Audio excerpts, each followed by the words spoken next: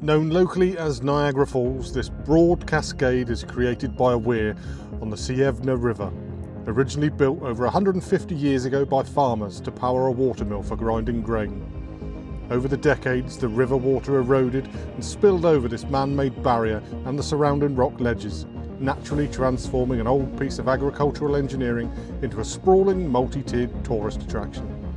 Best seen in the spring, the snowmelt from the surrounding mountains transforms it into one of Montenegro's most spectacular waterfalls.